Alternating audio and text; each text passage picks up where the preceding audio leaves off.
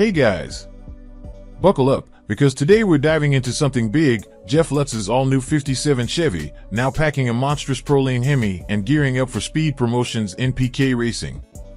This car isn't just another build, it's a game changer. And with the new no restrictions rules set in play, we might just see some of the wildest action in No Prep King's history. So, let's break it all down.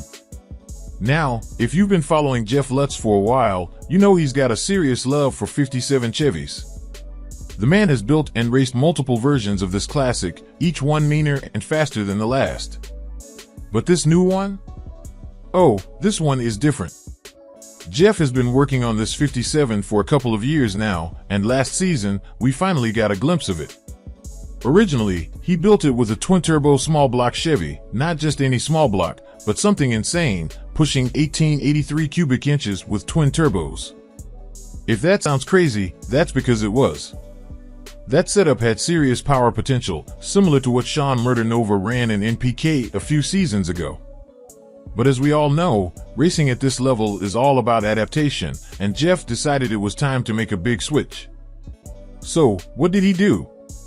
He swapped out that insane small block setup for a Proline Hemi with twin turbos. And if you know anything about Proline, you know that means reliability, power, and straight-up dominance. This isn't just a step up, it's a leap into a whole new category of performance.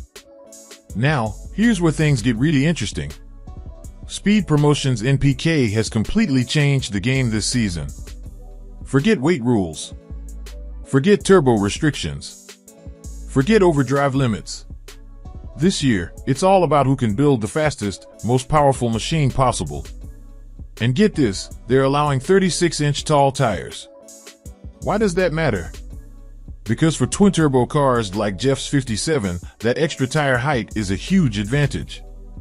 It helps manage all that raw power, improves traction, and lets these beasts launch harder and faster. And let's be real, a twin-turbo Proline Hemi can make upwards of 5,000 horsepower. That's an insane amount of power, and without restrictions holding it back, this thing could be an absolute missile on the track. Now, here's the big question, will Jeff run the 57 in NPK this season? He's hinted at it, and honestly, it makes sense. This car has the potential to be the fastest ride he's ever had in No Prep Kings. But, yes, there's always a but, he also has his pro-charged Mustang with a Proline Hemi. So which one is the better choice? Let's break it down. The 57 Chevy is lighter, makes more power, and benefits from the new 36-inch tire rule. The Mustang might still have the edge because of one key factor, downforce. See, with turbo setups, all the exhaust energy is used to spool the turbos. That means there's no exhaust force being expelled like in a screw-blown or pro-charged setup, which use zoom eyes to create additional downforce. That downforce is crucial on tricky no-prep tracks, helping the car stay planted and consistent. And consistency wins races. Jeff could push the 57 to its limits, but tuning twin turbos is a much trickier game than dialing in a pro-charger or screw-blown setup.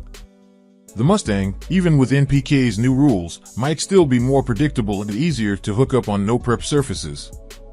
And when you're racing at this level, that predictability can make all the difference. So, will Jeff commit to running the 57 full-time? Or will he stick to the Mustang for the serious championship hunt? Either way, one thing is clear, Lutz is coming into this season with more firepower than ever before. Whether it's the insane power of the Proline twin-turbo 57 or the tried-and-true performance of the pro-charged Mustang, he's got two serious contenders in his arsenal. One thing's for sure, if Jeff does decide to unleash the 57 on NPK, it's going to be one of the wildest, fastest, and most exciting cars to watch this season.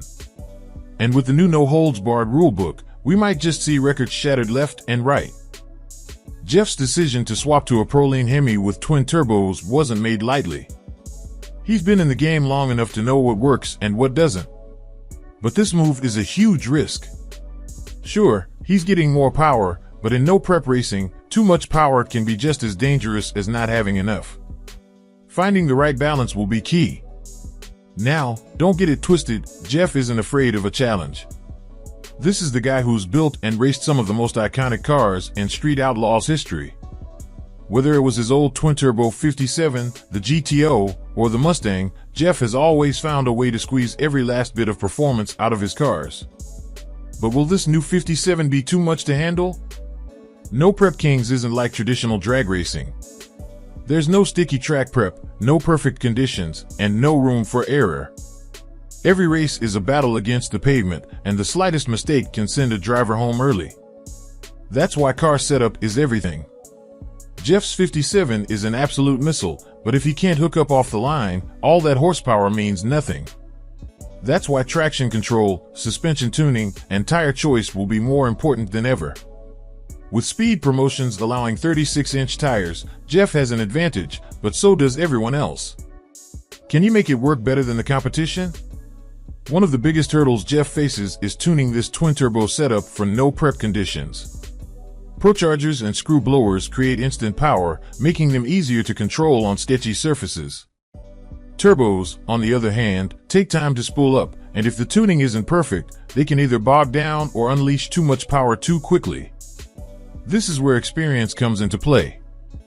Chev isn't new to twin turbos, he's been running them for years.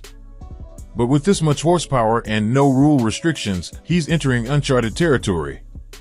Will he find the right balance between power and control, or will the 57 be a wild animal that refuses to be tamed?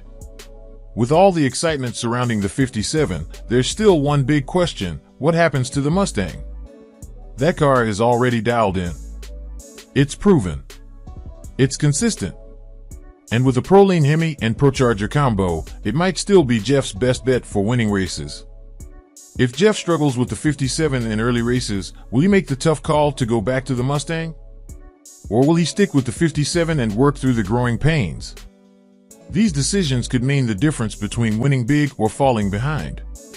Let's not forget, Chev isn't the only one bringing the heat this season. No Prep Kings is stacked with some of the fastest racers in the world. Guys like Ryan Martin, Kai Kelly, and Murder Nova are always bringing their A-game. And guess what? They're all running optimized, proven setups. That means Chev doesn't just need to make his 57 fast, he needs to make it faster than the best of the best. Can he do it? Or will the competition be too much? Lutz isn't just racing for wins, he's racing for legacy.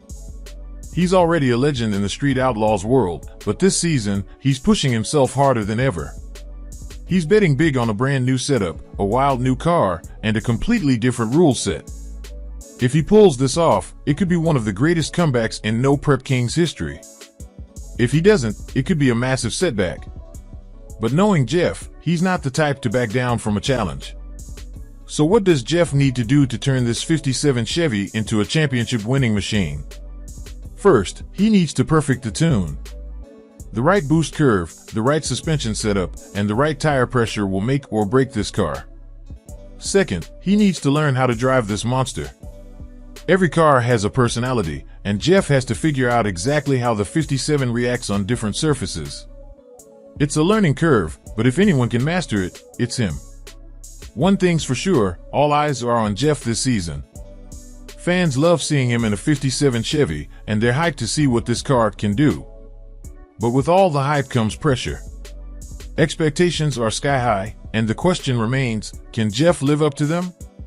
Will this 57 Chevy go down as one of the greatest builds in No Prep Kings history, or will it be another case of too much power, not enough track? Only time will tell. At the end of the day, Lutz is a racer's racer.